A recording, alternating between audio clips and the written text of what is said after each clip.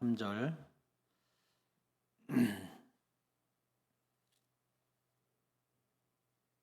97쪽 구약성경 97쪽 출애굽기 11장 1절에서 3절. 제가 1절 읽고 여러분이 2절 읽고 3절 다 함께 읽어보도록 하겠습니다. 출애굽기 11장 1절부터 3절입니다. 여호와께서 모세에게 이르시기를 내가 이제 한 가지 재앙을 바로와 애굽에 내린 후에야 그가 너희를 여기서 내보내리라. 그가 너희를 내보낼 때에는 여기서 반드시 다 쫓아내리니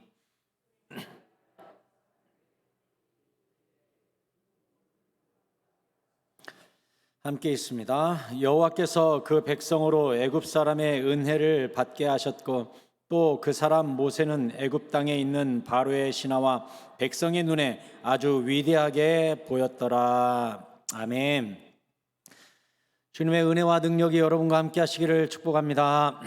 옆 사람과 인사하시죠. 담대하십시다. 은혜 많이 받으십시오. 드디어 애굽에 쏟아진 10가지 재앙 중에 마지막 재앙, 가장 강력하고 무서운 10번째 재앙이 눈앞에 와 있습니다.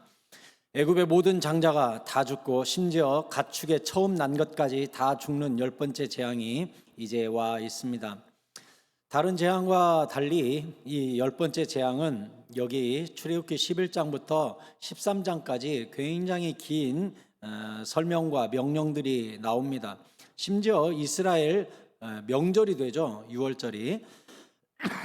달력도 이 6월절이 있는 이 달을 새해로 만들려고 그래가지고 이날 이후로 이스라엘 달력이 바뀝니다. 달력이. 그러니까 하나님이 얼마나 이 6월절을 중요하게 여겼는가 그것을 알 수가 있죠.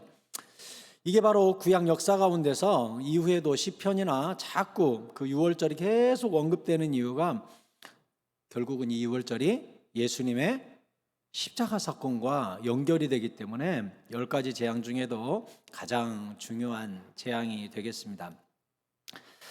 이제 한동안 6월절에 대해서 나누게 될 텐데 6월절은 굉장히 복음적이고 십자가와 맞닿아 있기 때문에 이제 앞으로 당분간 수요예배 때 우리가 6월절을 다루면 우리에게 크신 은혜가 임할 줄 믿습니다. 자, 먼저 오늘 1절에 여호와께서 모세에게 이르시기를 내가 이제 한 가지 재앙을 바로와 애굽에 내린 후에야 그가 너희를 여기서 내보내리라. 이제 10번째 재앙이지요. 그가 너희를 내보낼 때는 여기서 반드시 다 쫓아내리니 백성에게 말하여 사람들에게 각기 이웃들에게 은금패물을 구하게 하라 하시더니 했습니다. 이제 10번째 재앙으로 이스라엘이 전부 다 바로가 막 쫓아내듯이 쫓아낸대요. 이제 놓아주는 수준이 아니라 니네 나가 하고 이제 쫓아낸대요. 근데 그냥 나가지 말고 은금패물을 다 받아갖고 나가거라 이렇게 주님이 말씀을 하셨어요. 실제로 출애굽기 12장에 보면 출애굽하는 장면이 나옵니다. 35절에 이스라엘 자손이 모세의 말대로 하여 애굽 사람에게 은금패물과 의복을 구하며 여호와께서 애굽 사람들에게 이스라엘 백성에게 은혜를 입히게 하사 그들이 구하는 대로 주게 하심으로 그들이 애굽 사람의 물품을 취하였더라 하고서 어마어마한 은금패물을 끌고 출애굽을 하게 됩니다. 왜 그랬을까요? 첫 번째는 하나님이 주시는 위로입니다. 400년간 고생 많았다 하고서 품삯을 주는 거죠. 두 번째는 이 전쟁의 승자가 누구죠? 결국 애굽을 짓밟은 분이 여호와 하나님이시죠. 그러면 승리하는 사람에게 뭐가 주어집니까? 전리품이 주어집니다. 그러니까 이스라엘 백성들에게 하나님이 전리품을 줌으로써 너는 지금 애굽에서 쫓겨나가는 것이 아니라 승리자로 나가는 거다. 이것을 가르쳐줘요. 그래서 전리품으로 주십니다. 세 번째는 이걸 가지고 나가야 광야에서 성막을 짓죠. 거기에 금이 어마어마하게 들어갔어요. 금으로 뭣도 만들어라, 번제단도 씌워라, 뭘 해라. 엄청나게 금이 많이 들어가거든요. 그러니까 주님의 영광을 위한 성전의 재료를 준비해야 됐습니다. 그래서 이 세 가지 이유로 어마어마한 은금패물을 들고 나옵니다. 자, 성경에 하나님께서 일을 이루실 때는 전리품을 주시는 장면들이 나오는데 시편 68편 12절에 보면 여러 군대 왕들이 도망하니 집에 있던 여자들도 탈취물을 나누도다 했습니다. 얼마나 탈취물을 많이 거두면 집에서 살림하고 있는 여자들한테까지 나눠줄 정도로 큰 승리를 주시겠다. 하나님이 이제 이런 약속들을 하시는데, 이사야 9장 3절에도 주께서 이 나라를 창성하게 하시며 그 즐거움을 더하게 하셨으므로 추수하는 즐거움과 탈취물을 나눌 때의 즐거움 같이 그들이 주 앞에서 즐거워하노니, 탈취물을 나누는 즐거움, 승리자들이 승리해가지고 이 전리품을 나누는 즐거움, 이는 그들이 무겁게 메운 멍에와 그들의 어깨의 채찍과 그 압제자의 막대기를 주께서 꺾으시되 미디안의 날과 같이 하셨음이니이다. 그러니까 하나님이 해방시켜 주시고 이기셨기 때문에 전리품이 나오죠. 5절에 어지러이 싸우는 군인들의 신과 피 묻은 겉옷이 불에 섭같이 살라지리니 이는 한 아기가 우리에게 낳고 한 아들을 우리에게 주신 바 되었는데 그의 어깨는 정사를 메었고 그의 이름은 기묘자라 모사라 전능하신 하나님이라 영존하신 아버지라 평강의 왕이라 할 것임이라. 그 정사와 평강의 더함이 무궁하며 또 다윗의 왕자와 그의 나라에 군림하여 그 나라를 굳게 세우고 지금 이후로 영원히 정의와 공의로 그것을 보존하실 것이라. 만군의 여호와 열심히 이를 이루시리라. 아멘. 이 앞에 탈취물을 나누게 될 것이다. 너희가 압제자의 막대기를 하나님이 꺾으시고 너에게 승리를 주실 것이다 하고 바로 이어서 나오는 말이 한 아기가 우리에게 낳고 하고 메시아 예언이 바로 붙어 있습니다. 승리할 것이다라고 얘기해놓고 바로 한 아기가 우리에게 태어났고 하고 메시아 예언이 붙어 있는 이유가 무엇일까요? 예수 그리스도가 이 땅에 오실 때 무엇으로 오신다? 승리의 왕으로 오신다는 것을 알 수가 있어요. 주님은 우리에게 한 아기로 태어나시는데 승리자, 다윗의 권세, 멍에를 꺾는 자, 우리에게 전리품을 나누어 주는 왕으로 우리에게 오신다는 거예요. 그러면 주님은 오셔서 우리에게 어떤 전리품을 나눠주실까요? 이사야 53장 11절에 그가 자기 영혼에 수고한 것을 보고 만족하게 여길 것이라. 나의 의로운 종이 자기 지식으로 많은 사람을 의롭게 하며 또 그들의 죄악을 친히 담당하시리로다. 그러므로 내가 그에게 존귀한 자와 함께 몫을 받게 하며 강한 자와 함께 탈취한 것을 나누게 하리니 이는 그가 자기 영혼을 버려 사망에 이르게 하며 범죄자 중 하나로 헤아림을 받았음이니라. 그러나 그가 많은 사람의 죄를 담당하며 범죄자를 위하여 기도하였느니라. 아멘.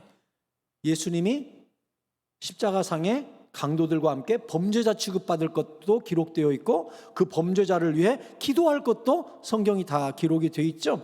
그런데 주님이 탈취물을 존귀한 자와 함께 몫을 받게 하고 강한 자와 함께 탈취한 것을 나누게 하리니 하면서 그 앞에 뭐라고 그랬습니까? 친히 죄악을 담당하시리로다. 그러면 주님이 우리에게 나눠주는 탈취물, 주님의 승리는 어디로 이어진다는 것을 알 수 있냐? 십자가의 승리라는 것을 알 수 있습니다. 그리고 그 십자가의 승리로 주님이 얻은 승리를 우리에게 탈취물로 나눠준다는 거예요. 그럼 우리에게 탈취물은 무엇일까요? 십자가로 인하여 얻은 탈취물은 무엇일까요? 영생 천국이 주어졌음을 믿으시기 바랍니다. 우리가 예수님 때문에 구원이라는 전리품을 얻었음을 믿으시기 바랍니다. 예수님이 이기셨으므로 사망 권세를 이겼음을 믿으시기 바랍니다. 예수님이 십자가로 이기셨으므로 천국이 전리품으로 주어졌음을 믿으시기 바랍니다. 계시록 17장 14절에 그들이 어린 양과 더불어 싸우려니와 어린 양은 만주해 주시어 만왕의 왕이심으로 그들을 이기실 터이요 또 그와 함께 있는 자들 곧 부르심을 받고 택하심을 받은 진실한 자들도 이기리로다. 예수님이 이김으로 그와 함께 편먹은 사람, 주님 편의 선자도 다 이긴다는 거예요. 여러분, 예수님이 이기잖아요? 그러면 예수님 편도 이기는 거예요. 무슨 얘기입니까? 자, 축구 경기를 합니다. 국가대표 선수가 가가지고 우리가 일본을 2대0으로 이겼습니다. 그러면 그 아나운서가 뭐라고 그래요? 국민 여러분 기뻐하십시오. 대한민국이 이겼습니다. 그럽니다. 아니, 축구선수 10대 명이 가서 이겼지 무슨 우리가 이겼어요. 근데 10대 명이 이겼는데 아나운서는 뭐라 그러냐? 대한민국이 이겼다 그래요. 왜? 그 11명이 우리의 국가 대표거든요. 예수님이 가서 사탄을 무너뜨립니다. 예수님 나라에 속한 모든 백성은 우리나라가 이겼습니다라고 말하는 것입니다. 아멘.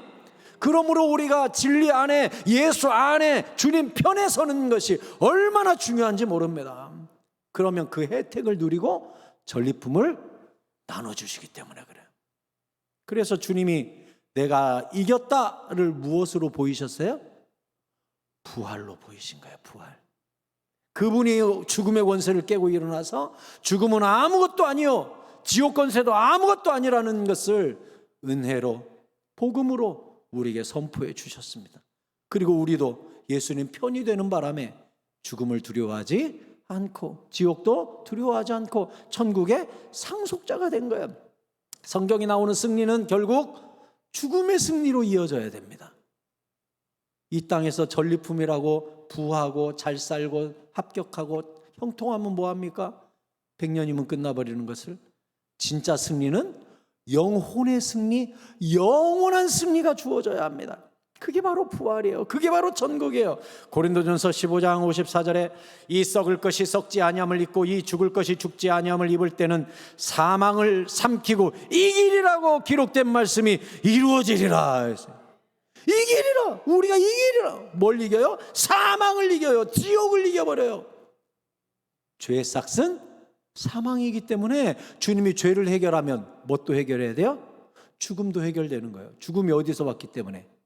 죄에서 왔기 때문에 죄의 싹은, 자 보세요, 죄의 싹은 사망이에요. 죄가 해결되면 뭐가 해결돼야 돼요? 사망이 해결돼야 돼요. 그래서 주님이 죄를 씻어버리니까 사망이 바뀌어서 뭐가 돼요? 부활이 되는 거예요. 그래서 예수 믿는 사람은 죽음의 권세, 여기서 벗어나서 부활의 권세를 덧입는 것입니다. 이게 가장 강력한 전리품이에요. 할렐루야. 55절에 사망아 너의 승리가 어디 있느냐, 사망아 너의 쏘는 것이 어디 있느냐. 사망에 쏘는 것은 죄요. 이게 뭔 뜻인지 알겠어요? 왜요? 사망이 우리를 독사가 물듯이, 뱀의 독사 사탄이 물어가지고 우리를 물어 죽여요. 근데 사탄이 입에서 나오는 독이 뭐에서 나온다고요? 죄에서 나와요. 너 죄인이야 하고 무는 거예요. 너 지옥 가야지 하고 무는 거예요. 근데 우리는 이미 예수의 보혈로 이 모든 몸을 백신을 다 넣어놨어. 아무리 사탄이 물어도, 아무리 독사들이 와서 나를 물어뜯어도 나는 이미 예수 보혈의 백신을 다 맞아가지고 죄가 나를 어떻게 하질 못하는 거예요.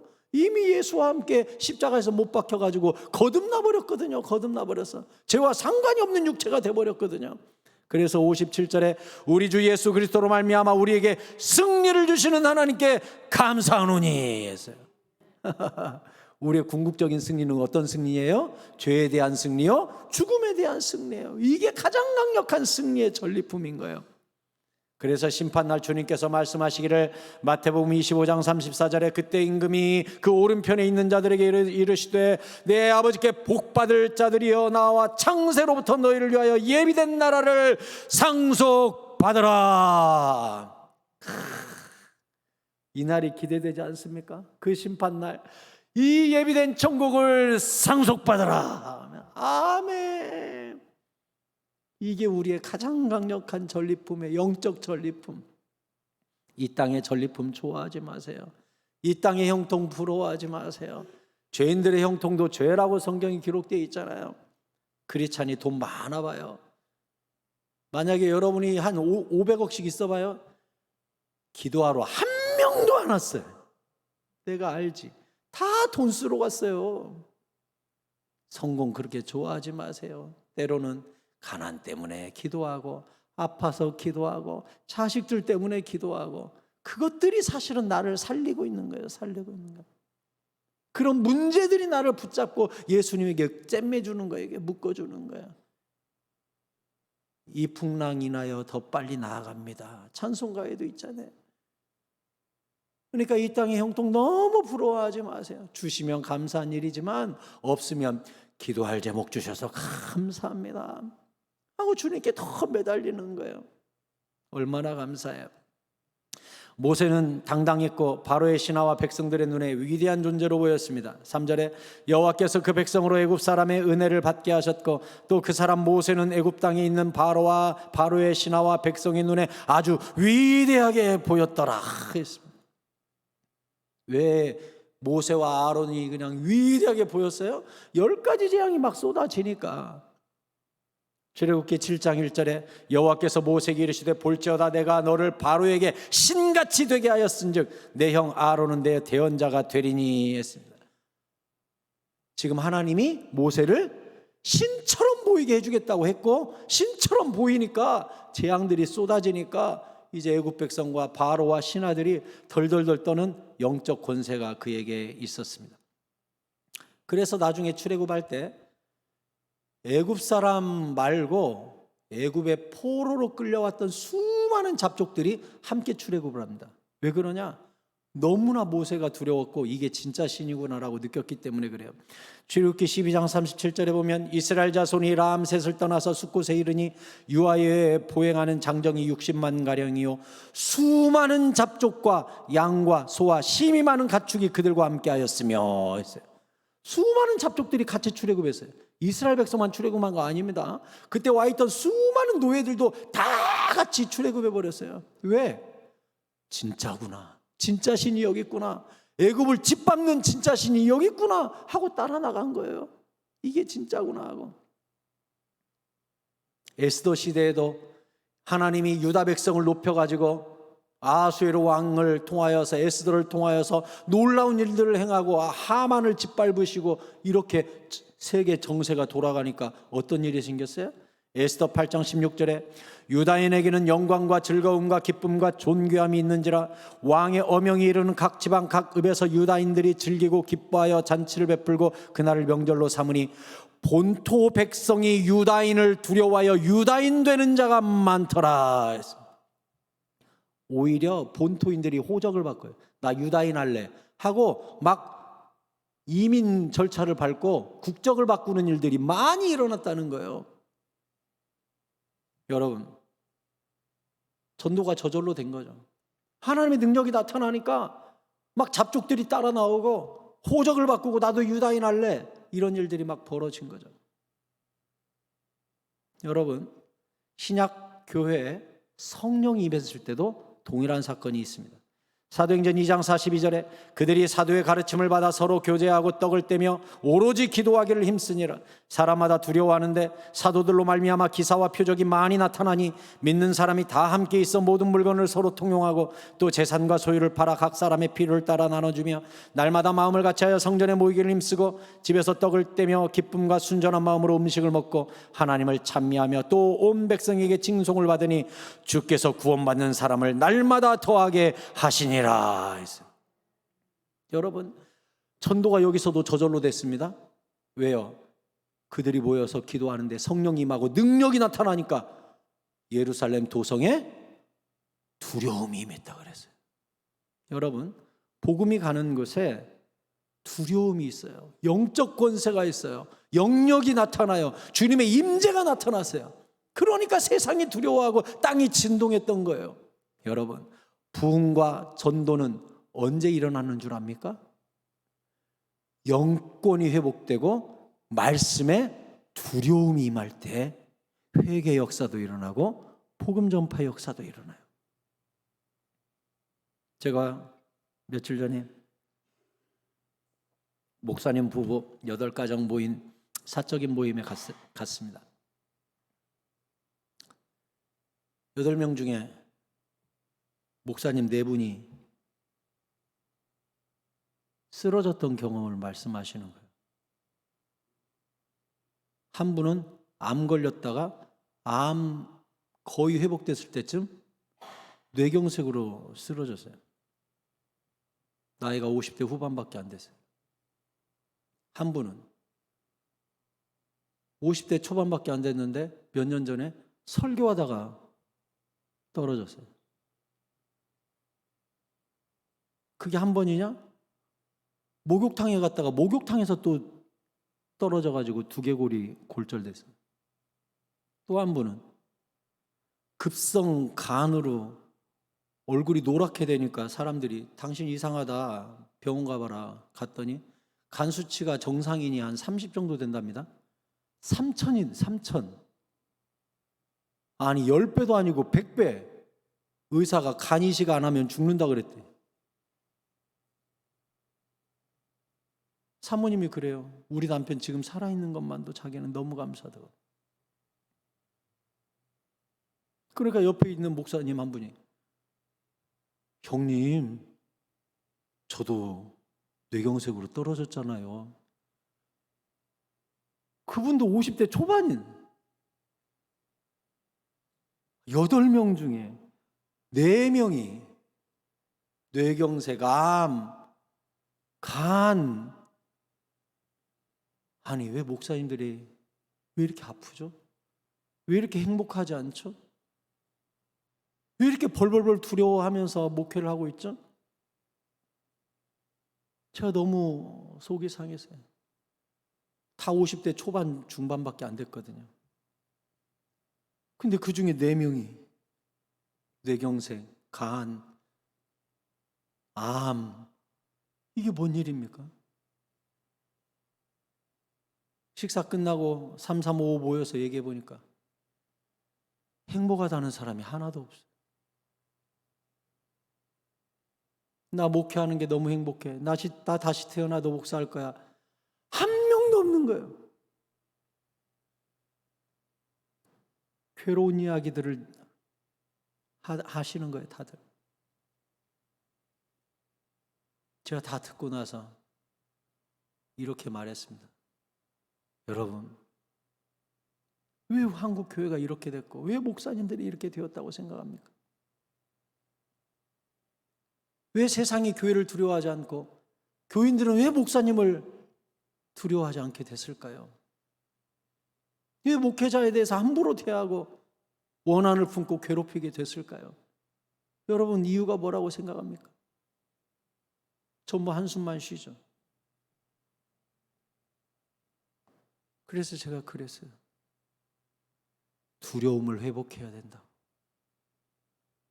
이 두려움은 깡패가 어깨에다 힘주는 두려움이 아니라 주님이 주의 종을 붙잡고 일하신다는 하늘의 영적 권세와 영적인 능력과 영적인 영성이 실제로 성도들도 느끼고 세상도 그것을 느낄 때, 그 두려움이 회복될 때 영적 질서가 생기고 그때 부흥도 일어나고 전도도 일어나고 능력도 나타나는 거라고. 우리가 더 기도하고 더 매달리고 말씀을 붙잡고 사는 진리의 종들이 되어서 이 영권을 회복하는 것 외에는 방법이 없다고 제가 그렇게 얘기했어요. 다들 아멘 합디다. 여러분, 세상이 왜 교회를 우습게 여깁니까? 왜 성도를 우습게 여깁니까? 왜 교회를 향하여 손가락질을 합니까? 그리고 교회 비판하기를 두려워하지 않습니까? 저 어릴 때만 해도 교회 욕하면 하늘에서 번개가 떨어지는 줄 알았습니다. 다 두려워했습니다. 교회 욕하는 거 아니야, 큰일 나는 줄 알았습니다. 왜요? 주님의 임재가 교회 가운데 있었기 때문에, 성도들 가운데 있었기 때문에, 복음 가운데 있었기 때문에, 주의 종들 가운데 주의 임재가 있었기 때문에 세상이 두려워했습니다. 초대교회에 임재했던 두려움이 각 교회들에게 있었어요. 근데 지금은 성도들도 진리에 대해서, 주의 종에 대해서 별로 두려워하지 않고 세상도 교회에 대해서 별로 두려워하지 않습니다. 우리가 무엇을 잃어버린 겁니까? 영권을 잃어버린 것입니다. 교회가 영권을 잃었어요.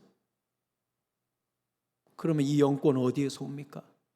초대교회처럼 초대교회 성도들이 모여서 기도할 때에 성령이 임했고, 성령이 임하니까 말씀이 선포됐고, 말씀이 선포되니까 능력이 나타났잖아요.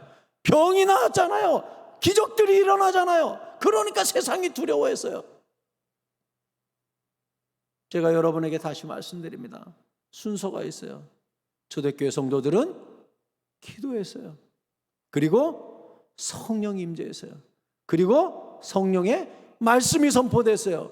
말씀이 선포되는 곳에 기적이 나타났습니다. 그렇게 하면서 이 세상에 두려움을 주는 존재가 교회가 될 수 있었던 거예요. 우리 새사랑교회 모든 성도와 모든 지체, 여러분 기도를 회복하시기 바랍니다. 오늘 밤 성령 충만하시기 바랍니다. 또한 우리 교회에서 진리의 말씀이 선포되는 교회, 말씀이 살아있는 교회가 되기를 바랍니다. 또한 살아있는 복음의 역사 가운데 능력이 나타나는 교회가 될 수 있기를 축원합니다. 이 시대 이 방법밖에 없어요. 세상을 진동시키는 교회가 돼야 돼요. 기도부터 회복해야 돼요. 사도 바울은 감옥에 갇혀서 이스라엘 총독 벨릭스에게 끌려간 적이 있습니다. 벨릭스는 이스라엘 총독이 되고 싶었기 때문에 일부러 아내를 이스라엘 사람을 얻어요. 그래서 친이스라엘 정책을 하는 것처럼 보여주고 자기가 이스라엘 통치를 하기를 원했습니다. 그래서 이 벨릭스라는 총독이 이스라엘 문화와 종교에 대해서 이해를 해야 했잖아요. 그래서 사도 바울을 2년간 감옥에 가둬놓고 자주 불러가지고 교리 교육을 받습니다. 그래야 이스라엘 종교와 문화를 이해할 수 있기 때문에.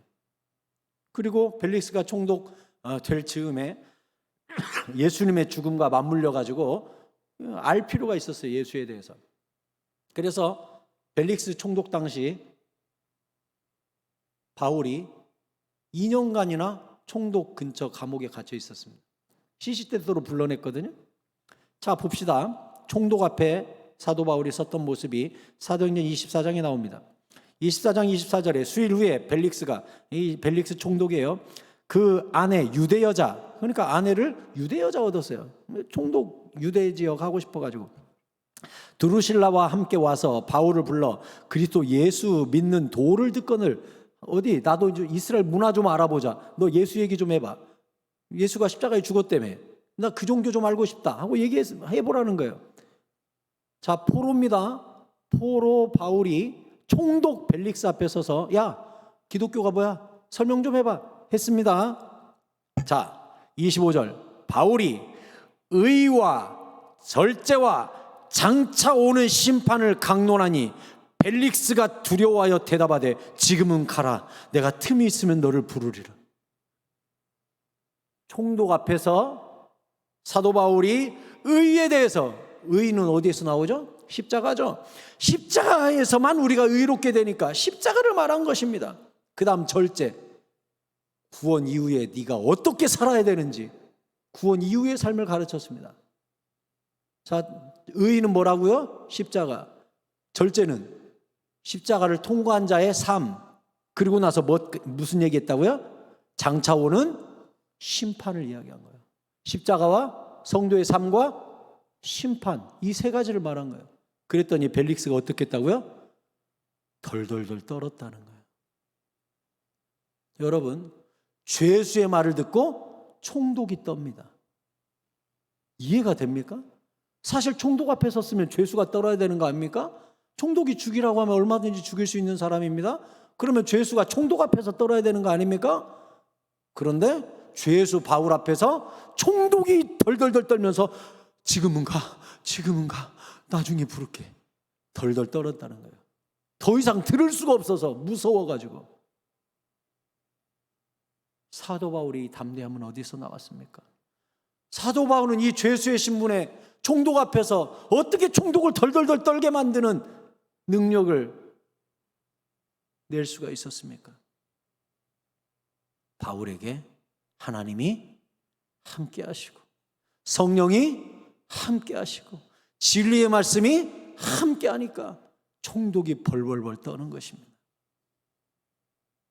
여러분, 우리가 죄수라 할지라도, 가난해도, 못났어도, 아무 능력이 없어도 우리는 십자가와 성도의 삶과 심판을 누구보다 잘 알고 있는 사람들입니다. 우리가 무엇을 두려워할 것이며 누구 앞에서 떨 것입니까? 복음 전하는 자는 두려워할 것이 없고 오히려 천국을 모르는 자가 심판을 아는 자 앞에서 덜덜덜 떨게 돼 있습니다. 이 영권을 우리가 회복하기 위해서 말씀 위에 서야 하고 성령 충만해야 하고 기도의 사람이 되어야 하고 주님과 동행하는 사람이 되어야 합니다. 그때 세상을 굴복시키고 덜덜 떨게 만드는 하나님의 사람이 될 수 있는 것입니다. 그래서 교회는 기도가 살아있어야 되고 성령 충만해야 되고 진리의 말씀이 서슬퍼런 칼날처럼 살아있는 교회가 될 때에 세상이 두려워하는 것입니다. 교회가 세상을 부러워하고 성도가 세상을 흉내내고 성도가 세상의 성공을 쫓아가고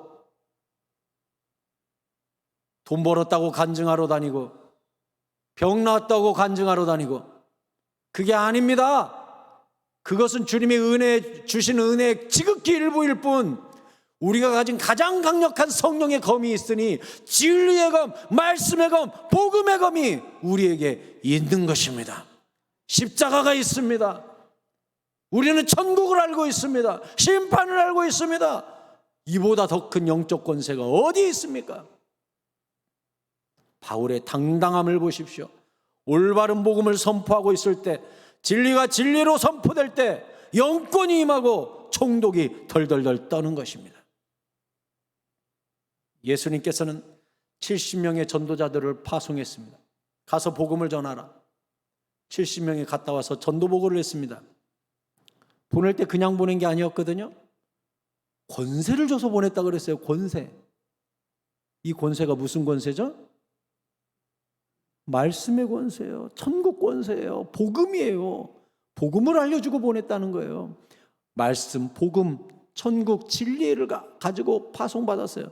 70인이 보고를 하기를, 누가복음 10장 17절에 70인이 기뻐하며 돌아와 이르되 주여 주의 이름이면 귀신들도 우리에게 항복하더이다. 예수께서 이르시되 사탄이 하늘로부터 번개같이 떨어지는 것을 내가 보았노라.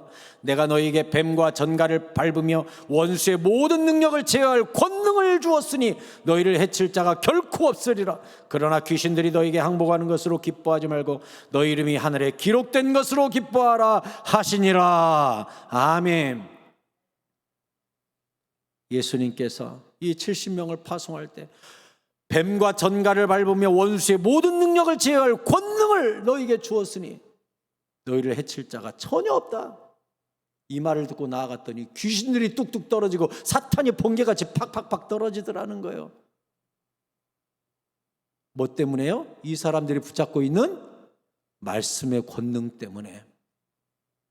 땅이 고쳐지고 귀신이 도망치고 사람이 고쳐지는 역사가 거기서 일어났더라는 거예요. 여러분, 말씀은 검입니다. 원수를 무찌릅니다. 사람을 치유합니다. 우리는 그 십자가의 말씀을, 복음의 진리를 누구보다 잘 알고 있어요. 사망 권세를 무찌를 수 있는 능력이 우리 모두에게 있어요. 예수님이 무슨 일을 했는지 우리는 다 알고 있기 때문에. 그래서 주의 영이 있는 곳에 자유함이 있느니라 그랬어요. 주님이 나와 함께 가시면 묶인 것들이 막 풀리는 거예요. 자유함이 임하는 거예요. 진리가 선포되면 막 귀신이 떨어져 나가는 거예요. 병마가 떨어져 나가는 거예요. 어둠이 도망을 치는 거예요. 어둠의 권세가 무너져 내리는 거예요. 사탄의 나라가 망가지는 거예요. 우리가 뭘 갖고 있으니까? 임재의 능력을 가지고 가니까, 말씀의 능력을 가지고 가니까, 진리를 가지고 가니까 묶였던 모든 것들이 막 풀려나는 거예요. 진리 앞에서 사람들은 두려워합니다. 하나님의 임재 앞에서 세상은 두려웠답니다. 교회가 세상의 웃음거리가 되지 아니하도록 진리의 능력이 충만해야 하고, 기도의 능력이 충만해야 하고, 말씀의 능력과 성령의 능력이 우리에게 충만해야 합니다. 그리고 우리는 참 진리를 선포하고 세상의 것에 두려워하지 않는 매우 당당하고 담대한 모습으로 세상을 향해 나아가야 합니다. 말씀을 맺겠습니다. 교회와 성도와 주님의 종들은 누구보다 영적이어야 합니다. 그때 세상이 굴복하고 두려워하는 거예요. 세상과 똑같은 상식과 똑같은 가치관과 똑같은 성공관으로 살면 세상도 우리를 우습게 여깁니다. 하지만 세상과는 레벨이 다르고 차원이 다르고 수준이 달라가지고 죽음이 와도 아무렇지도 않고 병이 와도 아무렇지도 않고 모든 걸 잃어도 아무렇지도 않은 이런 당당한 모습을 보고 세상이 떠는 것이지, 우리가 부자 된 모습을 보고 떨 것 같습니까? 세상은 우리보다 부자 많아요. 우리의 건강을 보고 세상이 두려워 떨 것 같습니까? 우리보다 건강한 사람도 많아요. 우리의 출세를 보고 세상이 와할 것 같습니까? 우리보다 출세한 사람 엄청 많아요. 세상이 떨 때는 언제입니까? 죽음도 두려워하지 않는 모습, 진리 때문에 죽음을 무릅쓰는 모습. 네로 시대 때 10대 후반 되는 꼬마, 끝까지 예수 믿는다고 하니까 경기장 안에 집어넣어놓고 사자를 풀었는데 사자들이 달라들어서 다 먹어버렸습니다. 그런데 하나 남아있더래요. 네로가. 저게 뭐냐? 왜 사자가 먹고 뭘 남겼냐? 가져와 봐라. 쟁반에다 올려서 가져왔는데 소녀의 머리예요. 몸뚱아리는 다 사자들이 먹어버렸어요. 머리예요. 그런데 네로가 쟁반에 받쳐온 그 소녀의 머리를 보고 소리를 지르고 두려워 벌벌벌벌 떨었다는 거예요. 교회사에 기록이 되어 있습니다. 왜 그런 줄 알아요? 소녀가 웃고 있었기 때문에 그래요. 황제가 두려워한 모습은 그 소녀의 죽음의 순간에 천사가 데리러 왔기 때문에 이 소녀는 웃고 죽었고 그 모습을 보고 황제가 두려워한 거예요. 니네 종교 무섭다. 예수쟁이들 무섭다. 죽음으로도 너희들의 신앙을 꺾을 수가 없구나. 네로가 진짜 소름 끼쳐하고 두려워한 것은 우리의 어떤 능력, 파워, 그게 아니라 죽음도 두려워하지 않고 이 땅의 것은 아무것도 아니라는 차원 높은 삶을 보고 두려웠던 거예요. 모닥불을 모아놓고 태워 죽여도 주님은 한 번도 나를 배신한 적이 없는데 내가 이제 와서 배신하겠는가? 기꺼이 불구덩이 속에서 타 죽는 모습을 보고 로마의 황제들이 다 두려웠던 거예요. 다른 걸 보고 떤 게 아니에요. 여러분, 다시 말씀드립니다. 세상을 압도하는 권능, 두려움 어디에서 옵니까? 교회와 성도가 영적일 때 세상을 진동시키는 두려움이 임하게 되는 것입니다. 어떻게 해야 우리가 영적이 됩니까? 초대교회처럼 전혀 기도에 힘쓰면서 성령이 임재하고 임재하신 성령의 자유로운 예언들과 말씀들이 선포되고 그로 말미암아 묶였던 것들이 풀려나고 귀신들이 떨어져 나가고 그때 세상이 두려워 떨면서 니네가 진짜구나 하는 거예요. 그래서 초대교회는 따로 전도할 게 없었어요. 성령이 알아서 전도를 해주신 거예요. 그러니까 교회가 막 차고 넘치는 거예요. 주께서 주의 사람들을 붙이고 더해 주셨다고 그랬잖아요. 주께서. 전도를 누가 했어요? 주께서 하셨어요. 주께서. 예수 믿으세요 다닐 필요가 없었어요. 교회가 미어 터졌어요. 왜? 이 땅을 진동시키는 영적 두려움이 임했기 때문에 선택받은 자들은 막 모여드는 거예요. 오늘날 수많은 전도의 방법론들과 교회의 생존과 교회의 부흥의 방법들과 교회 성장학들이 목회학 박사, 선교학 박사, 신학교에서 다 가르칩니다. 물론 의미가 있고 필요한 부분도 있습니다. 하지만 진짜 교회 성장학, 진짜 부흥, 진짜 교회 경영, 이것은 교회는 세상의 방법이 아니라 영적인 원리와 영적 방법대로 주님의 통치대로 주께서 더해 주시는 방법대로 우리가 따라가는 것이 마땅히 옳습니다. 그리고 성경은 분명히 가르쳐 주었습니다. 기도에 전혀 힘쓰고 성령 받고 서로 사랑하고 물건을 통용하고 나누어 주고 임재하신 성령이 선포하시는 말씀을 선포하고 그때 이 세상이 두려워 떨고 굴복하고 선택받은 자들은 교회로 모여드는 것, 이게 영적 교회의 성장학입니다. 이것이 주님께서 이루시는 영적 파도입니다.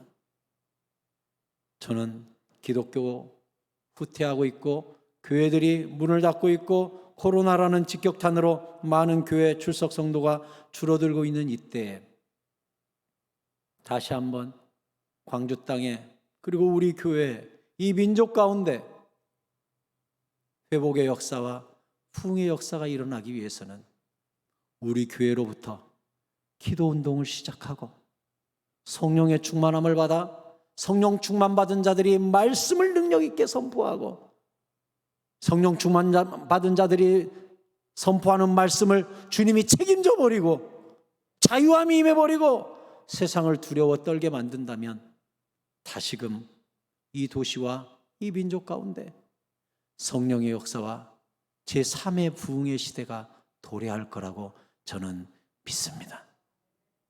사랑하는 새사랑 성도 여러분, 영권을 회복하십시오. 영력을 회복하십시오. 영성을 회복하십시오.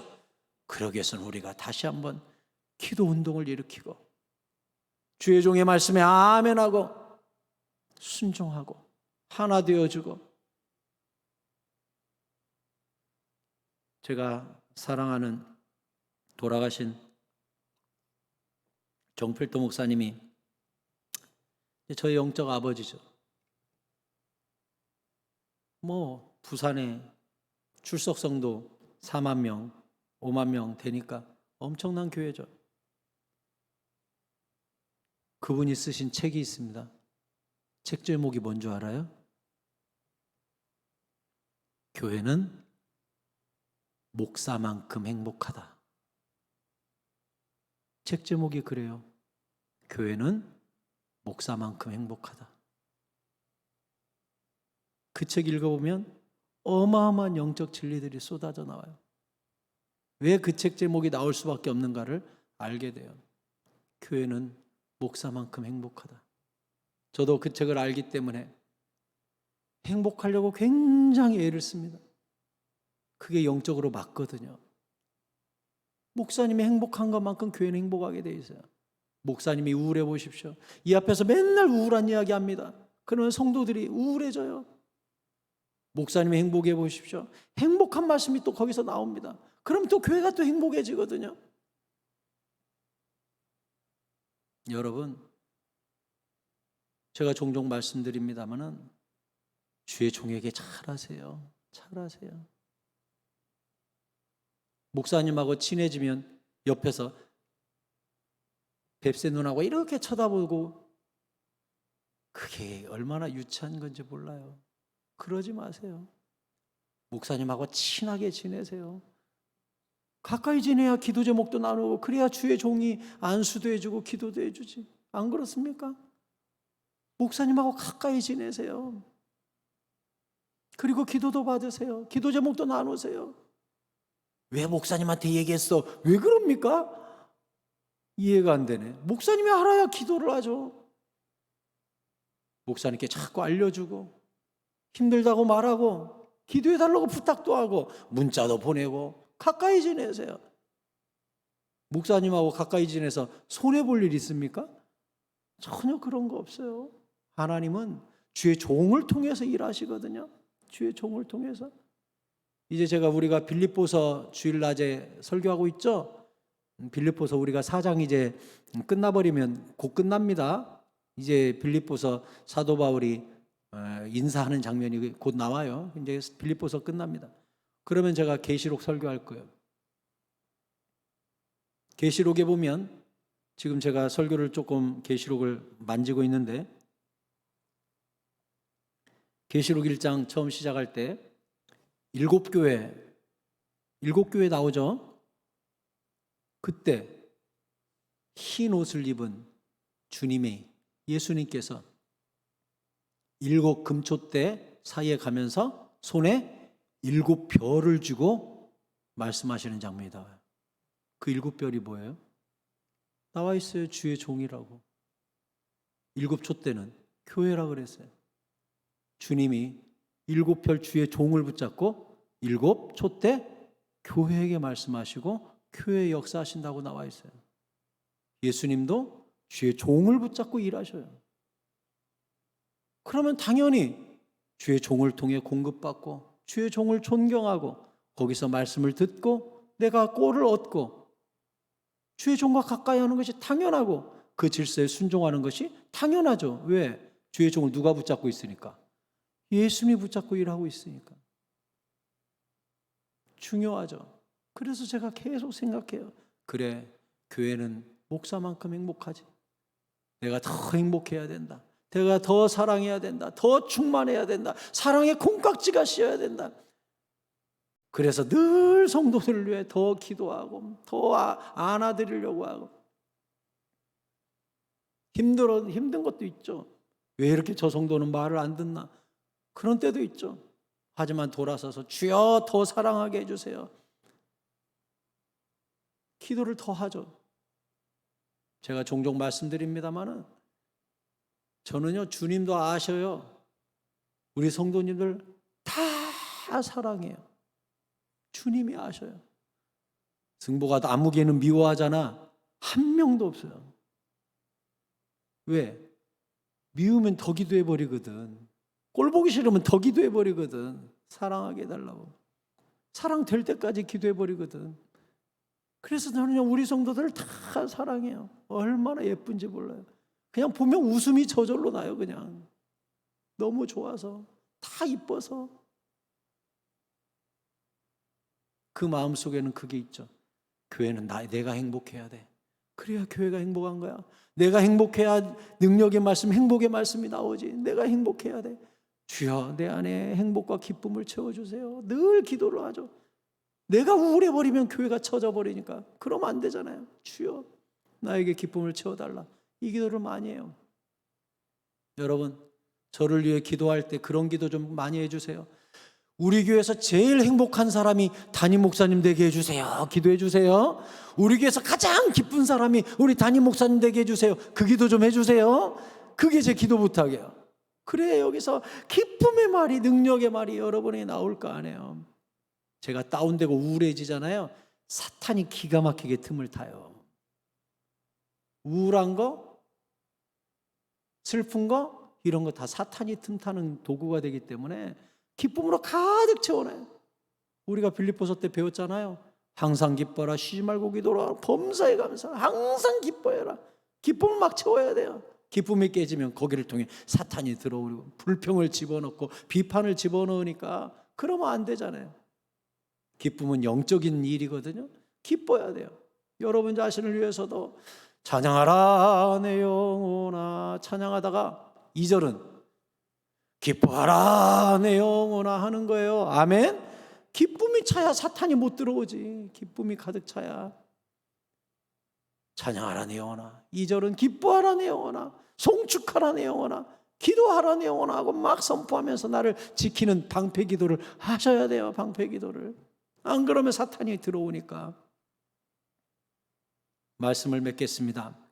우리 교회가 이 땅에 세상이 교회를 두려워하지 않고 교회를 우습게 여기고 영적인 권위가 땅에 떨어진 이 시대에 다시 영적인 권위와 영적인 능력과 영성을 회복하는 우리 새사랑교회가 되기 위하여 우리가 더 기도하고 진리 위에 서고 복음을 선포하기를 두려워하지 않으며 주님과 동행하면서 지극히 담대한 영성, 영권, 영력을 우리 모두가 회복함으로 말미암아 다시금 세상이 교회를 두려워하게 하는 시대를 만들어내는 영적 전사들이 다 되시기를 예수 그리스도의 이름으로 축원합니다.